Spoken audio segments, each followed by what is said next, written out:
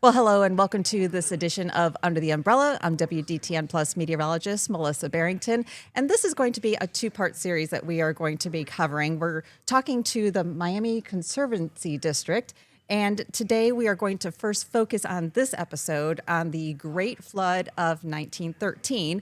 And joining us today, we have Sarah Hippensteel Hall, who is the Manager of Communications, Outreach, and Stewardship. And we also have Mike Ekberg, who is the Manager of Water Data and Analysis. And hello and welcome. Hello. Well, Hi, Melissa. Thanks for having us. Yes. So, first of all, some folks may have never even heard of the Great Flood of 1913, but I would assume most have. But can you tell us a little bit about it? Like, what happened? What did it take? When did it take place? So, we had a large precipitation event that took place, and there was rainfall on the 23rd, 24th, 25th, 26th, and 27th. So that whole time span, and 8 to 11 inches total of rainfall in the Miami Valley region. And as you can imagine, that led to widespread flooding. The precipitation amounts that we saw over like 3-day, 4-day period at our Dayton observer station, the event would have been like between a 500 and a 1,000 year recurrence interval. That means it has about 0.1% chance if it's at the 1,000 year recurrence interval of happening in any given year. So this was quite a large event, and the flooding was devastating. Yeah, I would just add that the ground was already saturated, and so because the aquifer, the ground could not absorb any of that rainfall, that it really ran straight into the river channels, the creeks, filled them up instead of soaking into the ground, and water in parts of the region were, rose 10 to 20 feet in just a matter of hours. Wow, that's a lot of water. Entire downtowns were submerged. The height of the flood really happened at night, so there was no way to warn anyone it was happening. There weren't telephones back then. There was no emergency weather stations or anything, and so people didn't know it was coming. So, how many communities were impacted by this, or was it only confined to one river, or was it multiple rivers and streams? It was pretty much all the communities up and down the Great Miami River. So we can go as far north as Sydney and all the way down through Piqua, Troy, Dayton, Miamisburg, Middletown, down to Hamilton. Wow. And did this event cover like multiple days, or was it, you mentioned that the ground was already saturated, so that kind of set it up, right? I would say it was 3 storms that kind of converged on the Midwest, and even parts of Lower Canada were impacted by this flood. It wasn't just Dayton-centric, although the Dayton region certainly was of the hardest hit. But at the time, cities in Indianapolis, Columbus, they were also feeling the devastating effects of this flood. Was there like one particular town that saw something worse than the others, or was it just a whole widespread area? It was pretty evenly destructive. I mean, the downtown areas of these communities were, just suffered devastating losses. I think there was a loss of around 300 lives. So it was just widespread, devastation.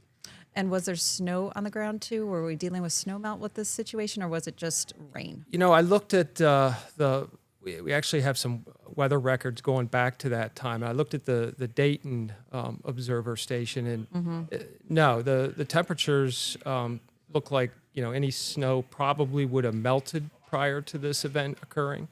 But it was in March, and that's a time of year when soils around here tend to be wet.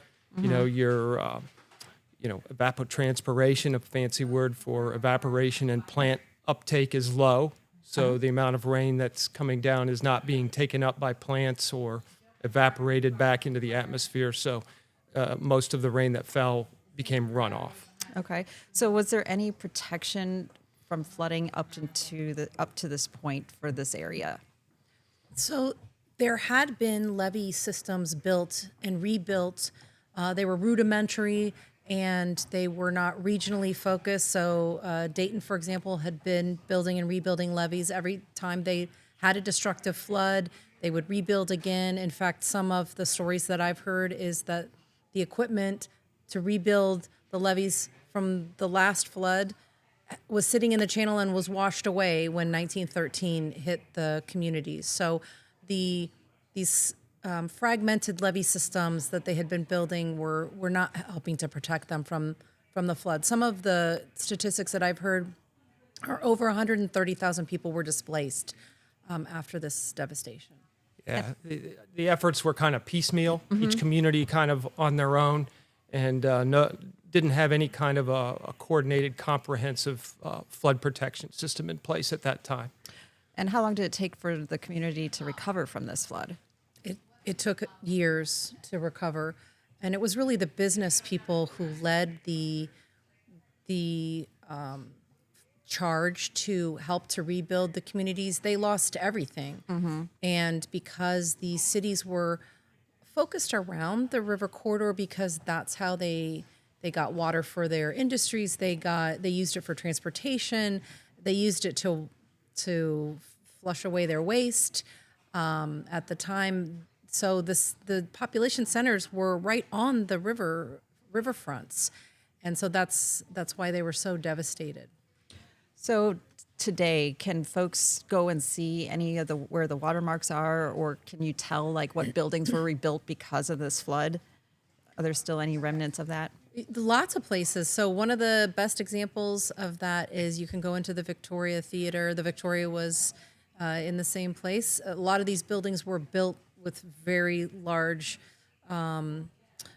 concrete structures. So they stayed in place, but then the Victoria had probably between 10 and 20 feet of water inside of it. And you can see in certain places where that still remains.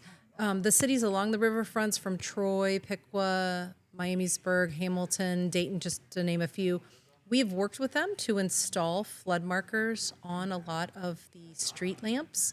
So you can drive down the street in the main district and see where that line is. But some of the buildings also have installed their own. How about the front doors at MCD? Well, that's right. Our own building has a flood marker. It's about 20 feet over your head when you're standing there. Oh, gosh. There are places built into the Five Rivers Metro Parks Riverscape where you can look up and see the flood markers. I know somewhere in downtown Miamisburg, when my kids were like in third grade, we did a tour of downtown Miamisburg, and I've got a couple pictures, I think, somewhere on my phone from many years ago, where there's like a marker up on like one of the utility poles or something, or maybe even Really the high. building. Yeah. Sarah, you should tell Melissa about the before and after pictures that we have. Oh, of we 1913. do. I know that you might be able to pull some of those up, but Yes. we published a book Yes. at the 100th anniversary of the flood called There It Is, Flood of Memories. Yes, this is really interesting. So the website where folks can find this. You can look through an electronic version on our Yeah. website. It's a flip book. Yes, and this is really cool because that's what I really loved about seeing this was looking at the before and after and also the pictures during the flood here. So first one up here is Piqua, right? There's Piqua, and actually Piqua has a really interesting story. A lot of people were, you can see that building in the top right corner. That's their, called the Piqua Hotel, and people were sleeping in there and they were feeding people in there. So that building is a beautiful, thriving event center today. But it was, definitely a part of the flood story. You can see the horse in this picture. Yep. There are horses throughout this book. Of course, horses were still used as a major part of transportation back then, and that was part of the flood story too. Thousands of horses died during the flood in these communities. So only about just under 400 people died, but the cleanup was just incredible. With think about thousands of horses and all the other cleanup that they had to do. It was really devastating. Yeah, so like if we flip through a couple of these other pages, here's another picture. This is more on Piqua, what it is before and after. And the scenes were set exactly so they were looking at the same spot 100 years later. And the book is meant to show you that we're now thriving and resilient and despite this tragedy that still remains Ohio's greatest natural disaster, the communities got together, solved the challenge, and now they're able to live and enjoy the waterfront without fear. Yeah, this is really amazing to see like this devastation, because a lot of folks may look at this and say, wow, did that really happen around here? And to see the comparison is just so drastic. And this is what, the 113th year for the anniversary of this particular flood, right? That's right, 2020. Coming up in March. Yep.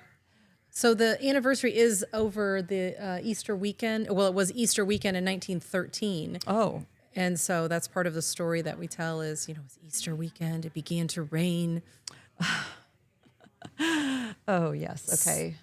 The one thing I would say about this book is it's available online, but we've given away all of the hard copies that we had printed in at 2013. We've collected enough sponsorships to be able to reprint this and hand it out again. Oh. And so we're very excited to be able to provide the book to people who want to, remember the flood, but also it's about focusing on the resilience and economic impact of today. Okay. Well, we'll take a quick break, and when we come back, we are going to continue our conversation about the Great Flood of 1913. We'll be right back.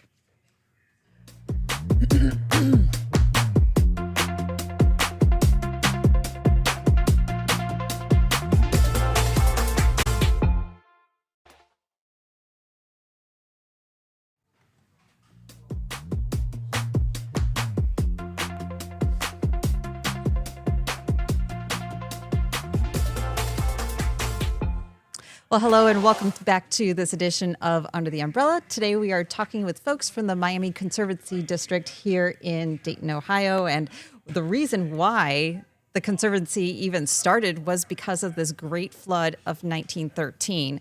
And so we've been kind of going over some of the history of this particular flood so folks can kind of learn a little bit more about it. And just before we dropped right back into the show, we were talking about the rescue efforts from this particular flood and how it was different then versus how communication is different now. So if you guys could kind of expand on that for me. Well, just that there was no television, there was no telephones. At the time, they were using telegraph for the most part, but there had been a windstorm several weeks prior, and a lot of the telegraph lines were down. And because the greatest height of the flood was at night, it was very difficult to communicate with people during the flood, but even after.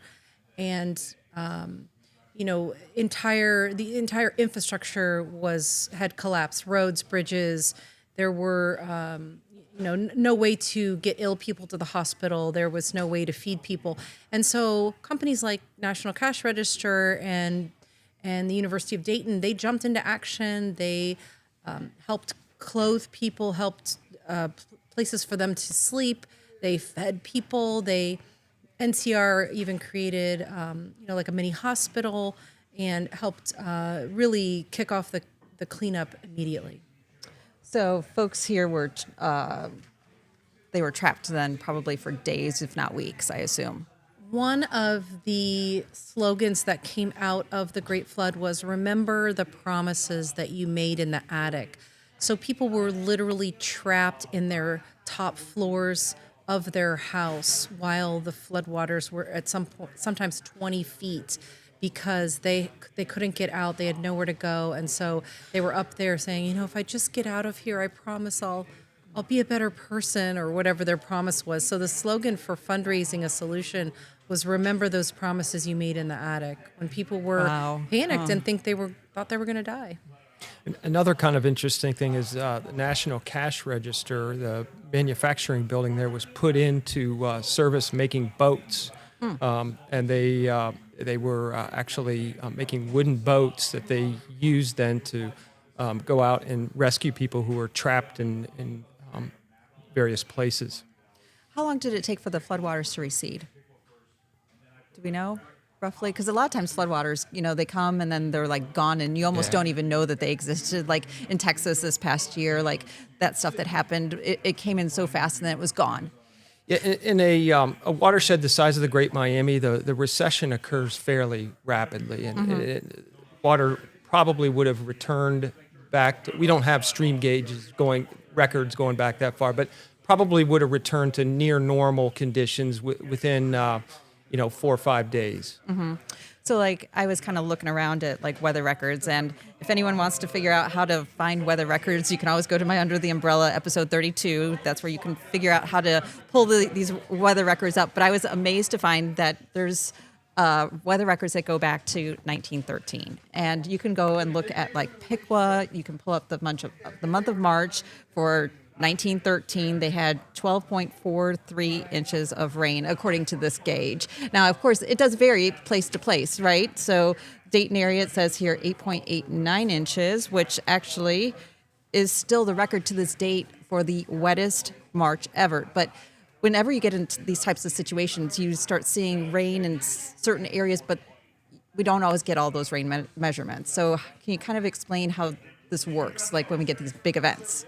There's going to be variability. And, as you know, as fronts move through, there may be more rain in the southern part of, the area, and we kind of deal here with the drainage area of the Great Miami River, which is about a 4,000 square mile area. And even with the storms that we have, we might, on a given storm, see, a couple of inches south of Dayton, and then north of Dayton, it might only be an inch. So there's just variability depending on the weather systems and how they're organized passing across our region.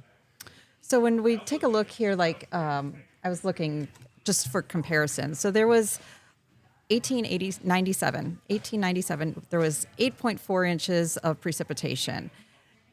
Do you know if that would have caused flooding in that month? And that's just under what the March 13th was.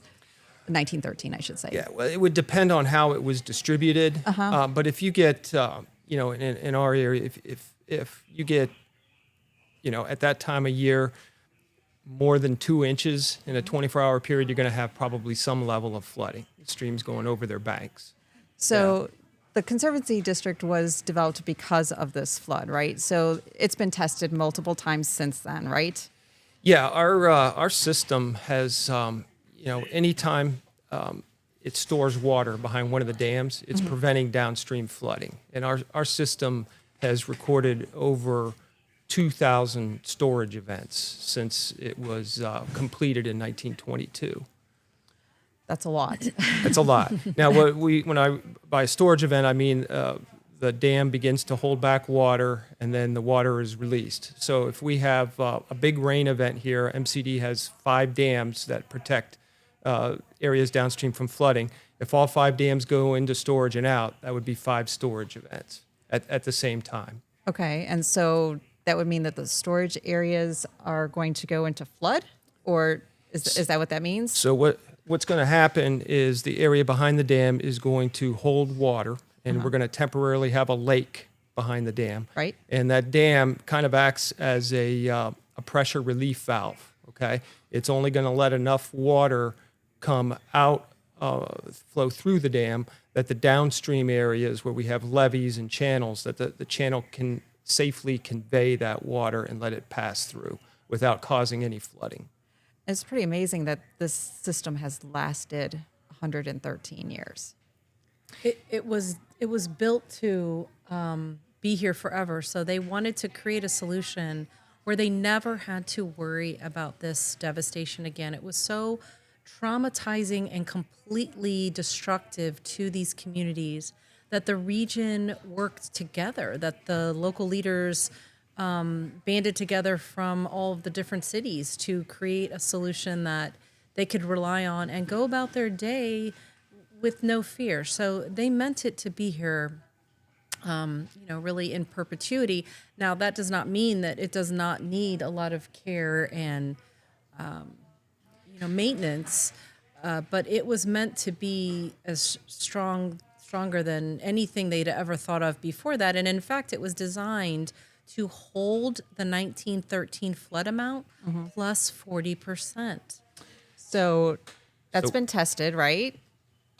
So our flood protection system can hold back 841,000 acre feet of water. Okay. Now, to put that into perspective, let's just imagine 841,000 acres. That's about 3 times the size of Montgomery County, okay, in land surface area.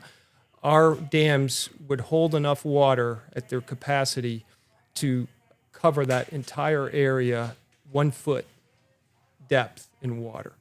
So it's a lot of water that they can hold back. Okay, so what happened here in 1959? So in 1959, we held back about 167,000 acre feet of water. So about 16% of the capacity of our flood protection system was utilized.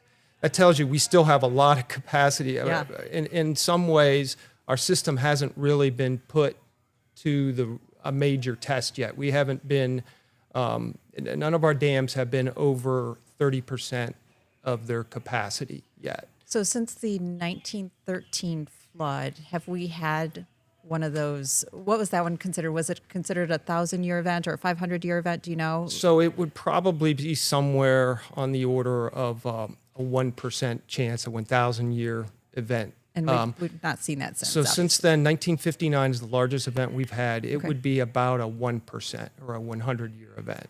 Okay. Yeah. So we're doing good here then. We're doing very well. I mean, it's been over 100 years, and none of those downtown areas that flooded in 1913 have flooded again because of the Great Miami River coming up out of its banks. So I would assume that this particular topic is pretty popular with kids to do a project on. Well, we do get a lot of attention from educators, and we don't have an education staff, but we've been thinking about how to engage more, and so we're undergoing a new project actually to design a 4th grade curriculum that we're going to hopefully be able to work with all of our regional schools, and then help to bring them to the dams so that they can see up close and personal what those engineering structures look like. And this year we held dam tours really for the first time in recent history and had about 400 people visit our dams. And in 2026, we'll be holding one in August and one in October. So we are trying to bring people out to the dams and engage with, our communities more than we have maybe in the last few decades. So you do have a few events then coming up, right? And folks can check that out on your website. I assume that at some point it'll be brought up there. We have an events page, and you can see if we can bring it up. We'll definitely be pushing that out on our social channels and, making news out of it as much as we can. But June 26th, we're having a headquarters tour in downtown Dayton at our Miami Conservancy District headquarters, the building that was built for us 100 years ago. Okay. And then in August, we'll be touring one of the dams, and then in October, we'll be touring Huffman. So you can get out there and talk to our engineers, talk to Mike, and ask questions about the flood and about the rainfall and many of our other staff, and really get to know what we do. And that's the point. There's so much on your website here. It's mcdwater.org is what I have pulled up here, and like who we are, the history of the 1913 flood. And coming up in a little bit, we're going to be talking in our next episode about where you guys have gone from this flood. But I was trying to just set it up. Like, this flood was catastrophic to this area, and it caused major change to the way the whole entire Miami Valley works around the waterways around here.